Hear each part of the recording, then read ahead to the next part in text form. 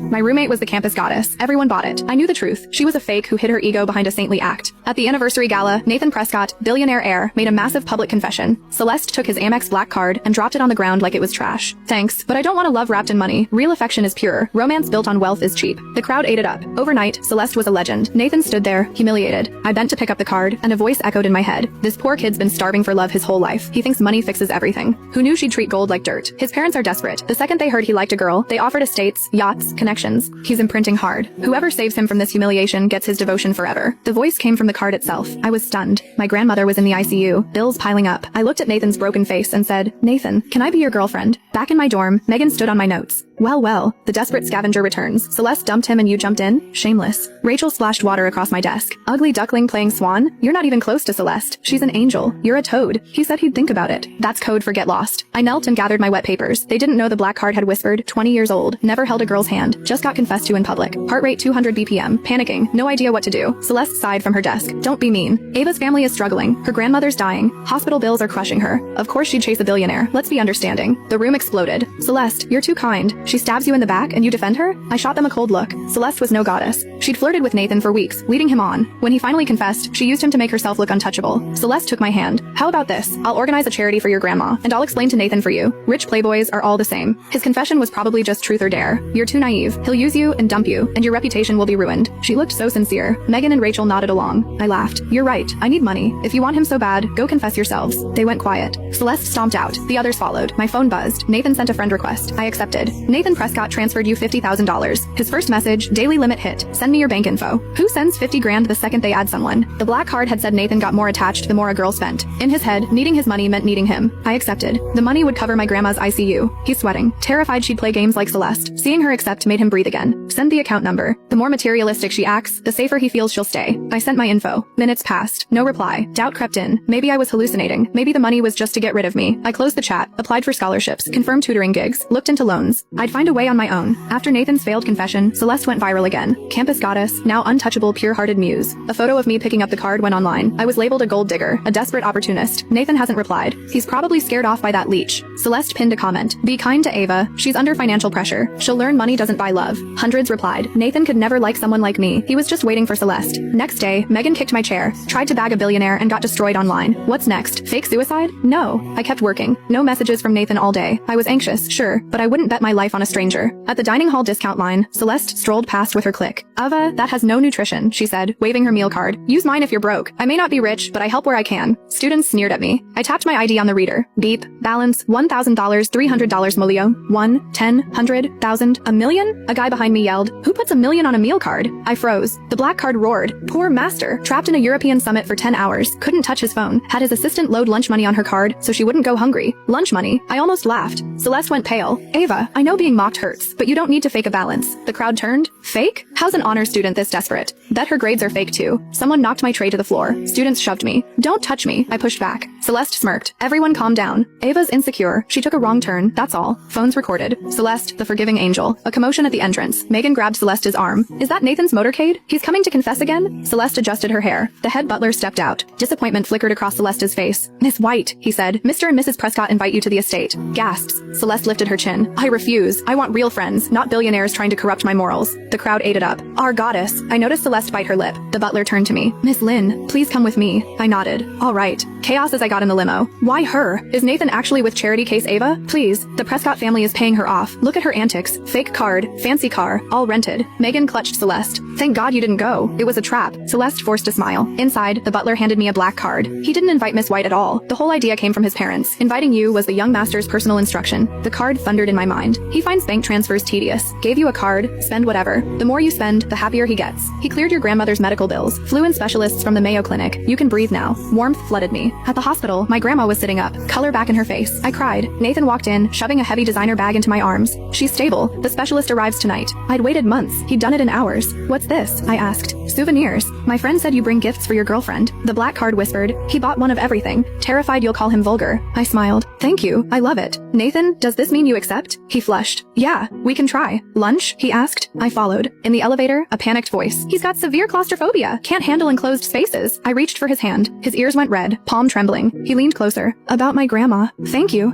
No need. Brain short-circuited. Forgot all about being scared. I leaned closer. His fingers tightened around mine. He held my hand until Celeste texted. When I pulled away to check, his face fell. Are you okay? Did they humiliate you? I replied. I didn't go to the estate, Celeste said. Relief. Was worried. I didn't respond. After dinner, Nathan bought me clothes and jewelry. I didn't refuse. The black card said he loved dressing me up. Late that night, I walked into my dorm with armfuls of bags. Well, knockoffs to impress us? Ava, stop pretending. You're a curse as a roommate. Megan and Rachel sneered. Celeste's eyes locked on the logos. Cheap fakes, Celeste said smoothly. Don't touch them. My phone buzzed. Another transfer from Nathan. Can't bear to be apart. Too shy to ask if she's safe. Using transfers to start a conversation. I texted him. I'm back. Text me when you get home. He gave money. I gave security. Once I realized how needy he was, I shared my life with him. Schedules, meals, outfits, calls, video calls. He was drowning in work but always replied, scholarship day. Megan's gang surrounded my desk. Ava, Nathan hasn't shown up for a month. You look ridiculous pretending you're dating a billionaire. She's lost it. Created a fantasy boyfriend, I said coldly. Believe what you want. Celeste walked out of the advisor's office. The girls quieted. Since Nathan hadn't confessed to Celeste again, people assumed it was over. Ava, Celeste said, you spent money renting cars and buying fakes. What would your grandma think? This scholarship should go to someone who needs it. She sighed. The Prescott family invited me to their private gala. Once everyone sees the truth, how will you face people? Wouldn't it be better to admit Nathan never accepted you? I frowned. A gala? Nathan had mentioned one. He said he mailed me an invitation. Megan chimed in. No one enters without an invitation. The girls swarmed Celeste. Could Nathan be planning another confession? He went silent for a month, preparing a surprise. His parents will recognize you as their daughter-in-law. Celeste stayed cool. I'm not going. She had refused the Prescott gala. 3 days before, I passed Celeste's desk. A faint voice came from her locked drawer, where a gold invitation was hidden. She claims she's not going, but she emptied her savings to rent a gown and jewelry from a boutique on Rodeo Drive. That thief is so full of hypocrisy. The night of the gala, Celeste wore a sweeping gown, reluctant face. It's formal. I need to clear things up with Nathan. Megan and Rachel begged to come. Celeste, the future daughter-in-law. Taking friends is nothing. Celeste nodded. She turned to me. Ava, come. It must be lonely here. Nathan was begging me to come on my phone. I'd wanted to study. Megan sneered. You're just scared to see Nathan in person. I closed my book. Fine, I'll go. 8 p.m. The Prescott estate blazed with chandeliers. Luxury cars everywhere. Megan and Rachel stared, speechless. Celeste presented her gold invitation. I'm Celeste White, invited by the Prescott family. The guard glanced at it. Sorry, this name isn't on the master VIP list. Celeste's face reddened. This is genuine. What's the meaning of this? Megan and Rachel argued. Security asked them to step aside. Suddenly the gate swung open. Show respect to our guest. Megan smirked. See? They're coming to apologize to Celeste. Celeste straightened. A triumphant smile. A distinguished couple in formal wear hurried toward the gates. Thank goodness. We've been waiting for you to arrive.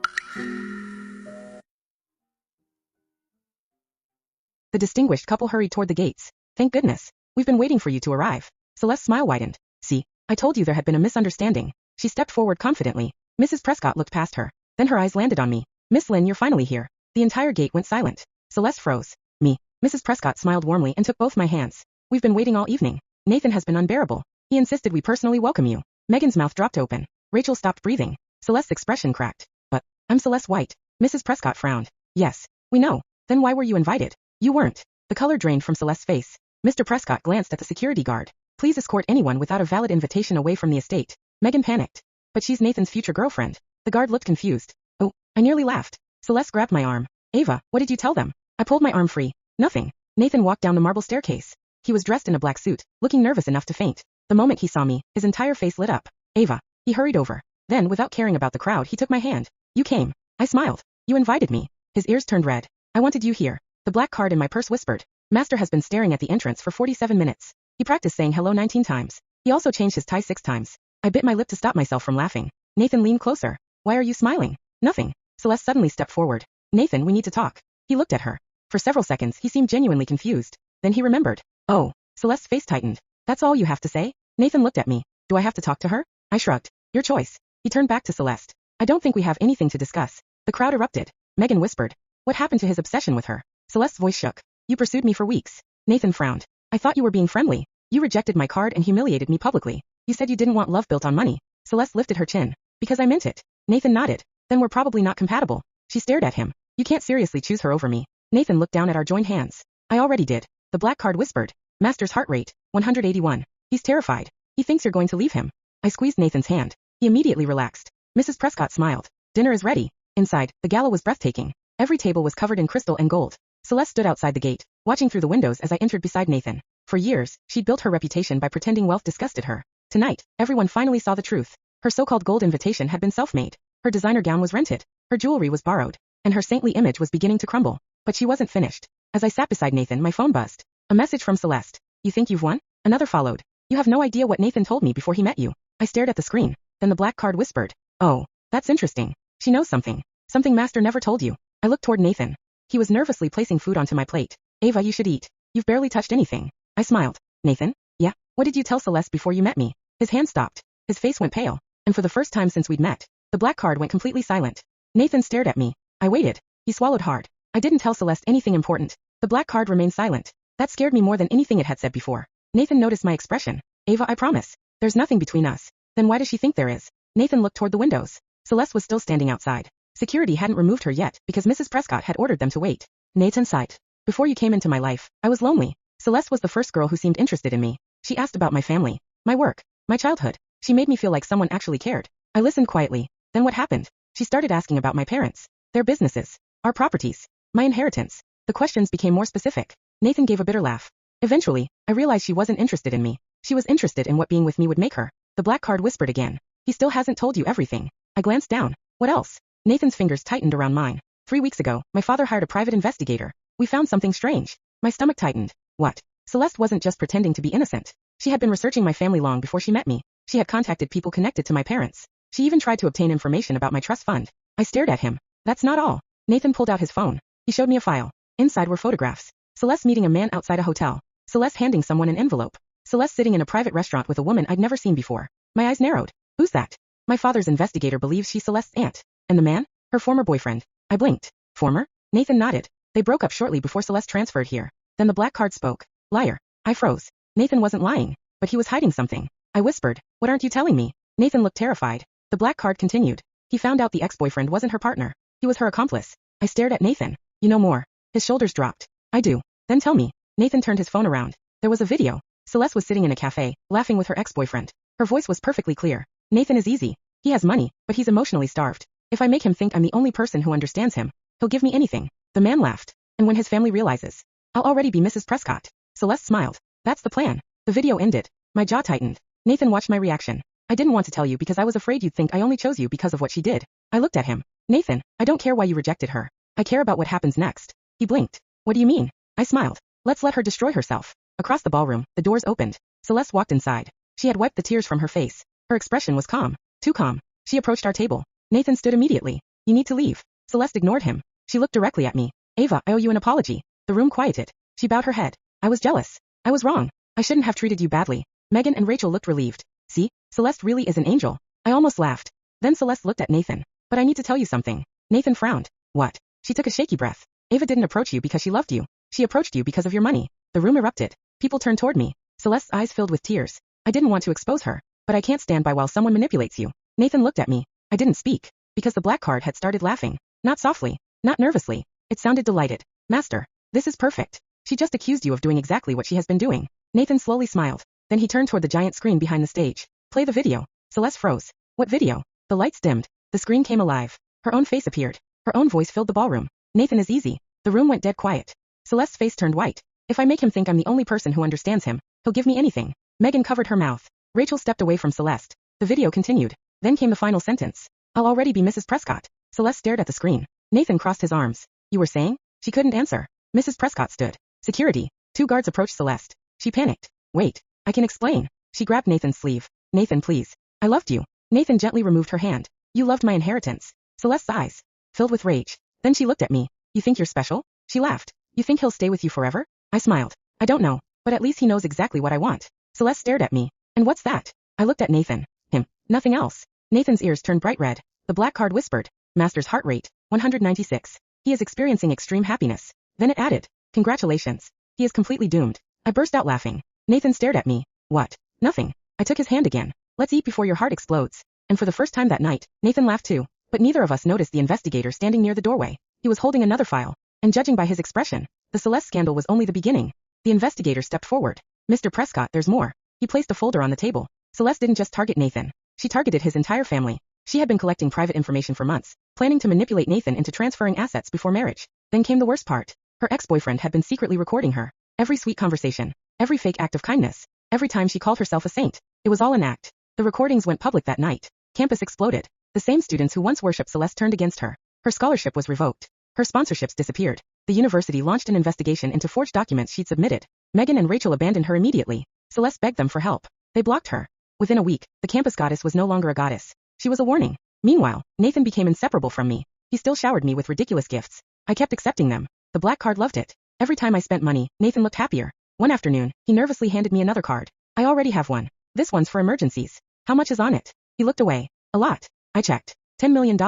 Nathan turned red. I laughed. You really don't understand normal relationships, do you? He shook his head. I'm trying. I kissed his cheek. You're doing fine. His entire brain appeared to shut down. The black card whispered. Heart rate, 203. Master has stopped functioning. I burst out laughing. But Nathan wasn't the only one who changed. My grandmother recovered. The Prescott family specialist saved her.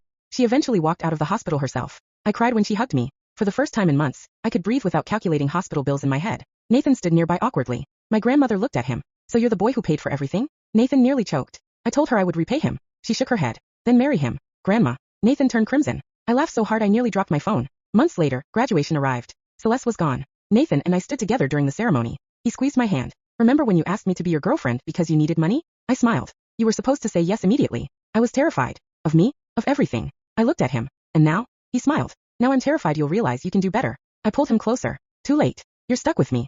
He kissed my forehead. The black card whispered one final time. Master's emotional condition. Hopelessly in love. Financial condition. Completely reckless. Romantic condition. Beyond saving. I laughed. Nathan looked at me. What did it say? I slipped the card into my purse. Nothing important. Then I kissed him. And somewhere far away, Celeste was learning the hardest lesson of her life. Pretending to be a saint could make people worship you. But eventually, the truth always collects its debt.